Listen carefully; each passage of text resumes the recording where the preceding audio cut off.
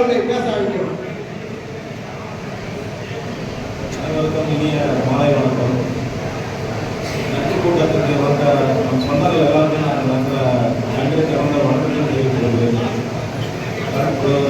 பற்றி தமிழக வெற்றி கழகம் பிரான்சிஸ் எலெக்ஷன் நேரத்தில் என்ன பண்ணாங்க, இந்த ஓட்டை வந்து பிரிச்சுக்கணும்னு சொல்லிட்டு அவர் வந்து ஏற்கனவே கோபால் கூட இருந்த மாதிரி ஒரு சில்லை போட்டு படுக்க விட்டாங்க.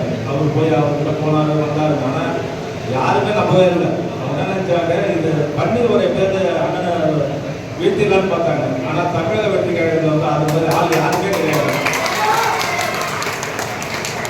அது இல்லாமல் நம்ம அண்ணன் காலையில் 6 மணிக்கு எழுதுறதா 5 மணிக்கு ஏதாவது இல்லை. நான் அவங்க வீட்டுக்கு போகிறதுக்குள்ள அண்ணன் கழிப்பாங்க வீட்டாண்ட ஒரு 100 பேர் இருக்காங்க. அது இல்லாமல் அண்ணனோட பிள்ளைங்க 2 பேரும் அக்கா எல்லாம் குடும்பத்தோடு வந்து ஓட்டு கேட்கறது எல்லாம் வந்தாங்க. அது இல்லாமல் ஒருத்தவங்களும் வந்து அண்ணனை வந்து அவங்க வீட்டு பிள்ளை மாதிரி நினச்சிட்டு எல்லாருமே வந்து ஓட்டு கேட்க வந்தீங்க. யாருமே ஒருத்தவங்க கூட வந்து வராமல் இல்லை, எல்லாருமே வந்தீங்க. அது இல்லாமல் பிரச்சாரம் பண்ணும்போது நம்ம அழகரண்ணன் வந்து கண்டக்டர் தோட்டத்தில் வந்து பிரச்சாரம் பண்ணிருக்காங்க. அண்ணனை பற்றி நிறையா சொல்லியிருந்தாங்க. இங்கே வந்து தேவையில்லாத வேலை சில நடக்குது, இந்த கஞ்சாவை ஒழிக்கிறோம், இந்த போதைப் பொருள்லாம் ஒழிக்கணும்னு சொல்லும்போது அந்த சில பேர் வந்து அழகரண்ணத்தை வந்து சண்டை போட்டாங்க.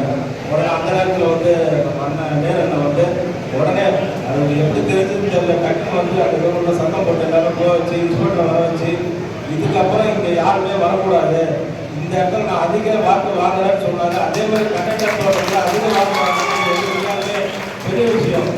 அதெல்லாம் வந்து சும்மா சொல்லிட்டு போவாங்க. அண்ணா வந்து அந்த அளவுக்கு தொகுதி மக்களுக்கு வந்து ஏராளமாக செஞ்சிருக்கிறாரு. அது உருளைப்பேட்டையில் புதுச்சேரிக்கு முழுவதும் ஊர்பட்ட நலத்திட்டம் நிறைய பண்ணியிருக்கிறாரு.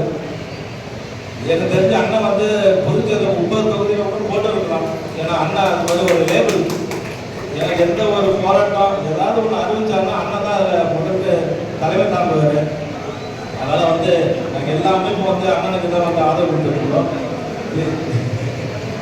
இப்போ இந்த நேரத்தில் பார்த்தீங்கன்னா நம்ம அழகரண்ட நம்ம மனித உரிமை சார்பாக நான் என்னோட பசங்க 2 பேர் வக்கீல், அப்புறம் நம்ம கண்டக்டர் தோட்டத்தில் ராஜா, முத்தமை நகரில் வந்து பிரபாகரன், அப்புறம் கண்ணத்தியாவில் வந்து கார்த்திக் அண்ணன், அப்புறம் சவுந்தர் அண்ணன், அது மாதிரி நிறைய பேர் வந்து அவங்க வேலையை எல்லாருமே விட்டுட்டு நம்ம வீட்டு ஒரு வேட்பாளர் நிற்கிறான்னு சொல்லிட்டு எல்லாம் வந்து அவங்களுக்காக ஓட்டு போட்டு ஜெயிக்க வச்சிருக்கீங்க. எல்லாருக்கும் நன்றி சொல்கிறேன்.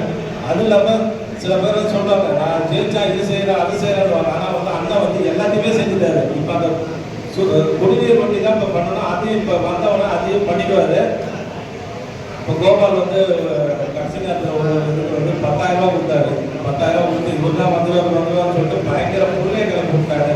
அது இல்லாமல் எனக்கு கொஞ்சம் வட்டம் வருது. அது இல்லாமல் சில பேர் என்கிட்டே வந்து நீ வந்து தேவையில்லாத சொல்லக்கூடாது, இவருதான் அவர் வரமாட்டாங்க, நீங்கள் எது வந்தாலும் அதை பார்த்துக்கலாம். ஏன்னா வந்து அண்ணா கிட்ட வந்து இவ்வளோ மக்கள் இருக்கிறாங்க, நீங்கள் காசு கொடுத்தா என்ன கொண்டு வரீங்க, இவங்க வந்து எதுவுமே எதிர்பார்க்காம வராங்க.